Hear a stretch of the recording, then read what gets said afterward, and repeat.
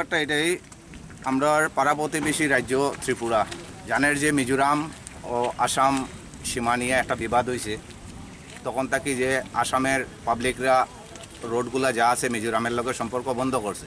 তো আমার পাড়া প্রতিবেশী রাজ্য ত্রিপুরার থাকি মালগুলা ড্রামসরা বায়া মিজোরাম সাপ্লাই হর যদি এরকম তারা রাখে, তো মিজোরামের মাল তো ত্রিপুরা দিকেই যেতে পারে। আসামের রাস্তা যদি সব তারা বন্ধ করে রেখে দেয় তো তারা কোনো অসুবিধা নাই।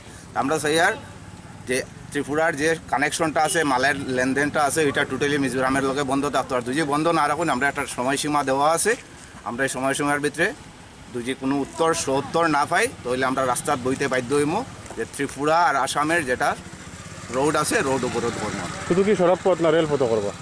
রেল সড়ক সব হইব। Road rail. কত ঘন্টা সময় দিয়েছেন আপনারা নির্ধারণ করে? 12 ঘন্টা সময় দিছি। আর আসামের মিত্র রাজ্য ত্রিপুরায় আজকে আমরা আসামের যেরকম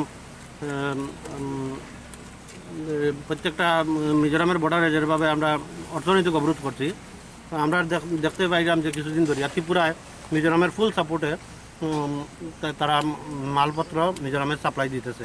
আমরা কথা হইল যদি ত্রিপুরা যদি তার ইয়েটা বন্ধ না করে, মিজোরামের লগে যেটা তার সাপ্লাই যদি বন্ধ না করে, তাহলে আমরা এই ধর্মঘট করবো।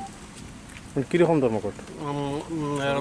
সড়ক অবরোধ করবো, মেইন সড়ক অবরোধ করি আমরা ধর্মঘট করবো। আর যতদিন পর্যন্ত তারা আমরা ক্লিয়ারেন্স দিত না, প্রতিশ্রুতি দিত না, ততদিন পর্যন্ত আমরা এই অবরোধ চলবে। তো আজকে মানে কতদিনের সময় দিয়েছেন আপনারা? আমরা 12 ঘন্টা সময় দিয়েছি। যেটা বন্ধ হবে, যদি বন্ধ না হয় তবে আমরা 12 ঘন্টা পর আমরা রাস্তায় বইব। মানে এই অবরোধটা কতদিন থাকবো আপনারা? অনির্দিষ্টকাল, যত সময় এটা এই যে বন্ধটা করাটা আপনারা মানে কোনো সংগঠনের পক্ষ থেকে না? আমরা আসামের জনসাধারণ আসামের হিতে করলাম।